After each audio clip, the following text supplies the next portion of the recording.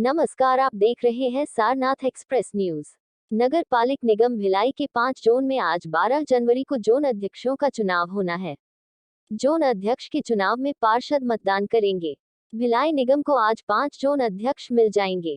Nehru Nagar zone में मतदान नहीं होगा क्योंकि उस जोन से सभापति गिरवा बंटी साहू आते हैं।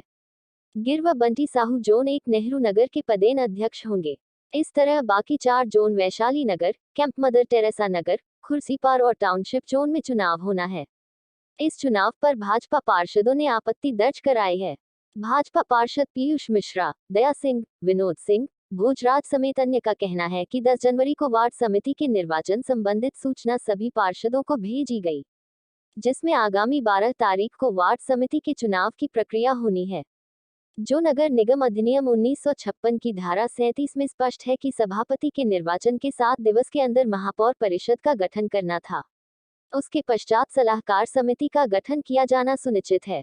मामले की जानकारी देते हुए भाजपा पार्षद और भिलाई निगम उपायुक्त ने कहा कि हम लोगों को कल अचानक जो जोन समिति, जो वार्ड समिति का अध्यक्ष का, जोन अध्यक्ष का चुनाव होता है, उसके संदर्भ में सूचना मिली कि 12 तारीख को वार्ड समिति के अध्यक्ष का चुनाव होना है, जिसको जोन अध्यक्ष भी कहा जाता है।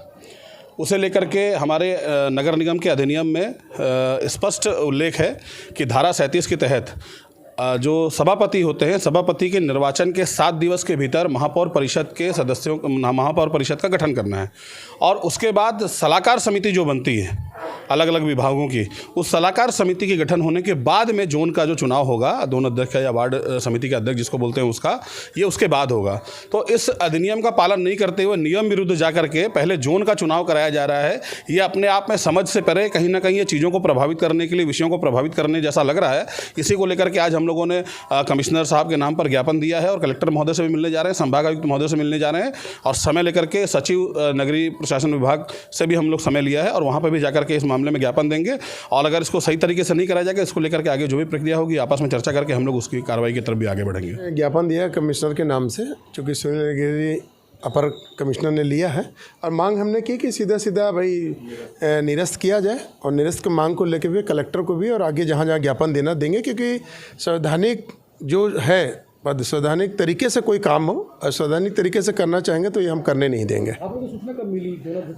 बस तत्काल सूचना मिली, जबकि नियम के खिलाफ है। उसी दिन हम लोगों को दिया गया, कल ही दिया गया और बोल दिया गया आज होगा, तो सरासर ये गलत है। और इस तरीके से ये किसी चीज़ को थोप के अपने तरीके से चाहें करना, तो ये सब नहीं होगा। भाजपा पार्षदों ने आज यहाँ नगर निगम के कार्यालय में उपस्थित होकर के एक ज्ञापन सौंपा है और उसमें उन्होंने इस बात का उल्लेख किया है कि जो 12 तारीख को जोन अध्यक्षों का जो निर्वाचन है उस पर नगर निगम अधिनियम के प्रावधान के अंतर्गत कार्रवाई की जाए। उन्होंने अधिनियम की विभिन्न धाराओं का हवाला दे करके इस बात की है कि पहले एमआईसी का गठन हो जाए और कुछ उन्होंने अपने ज्ञापन में बिंदुओं का उल्लेख किया है। और जैसे आज कोविड को लेकर के आयुक्त साहब चंदूलाल चंदाकर हॉस्पिटल के दौरे पर हैं और सुबह से वहाँ समीक्षा कर रहे हैं। उनके आने के पश्चात इन पूरे बिंदुओं पर उनको जानकारी मिला करके आगे जैसा भी उनके निर्देश होंगे उस हिसाब से हम लोग कार्रवाई करेंगे।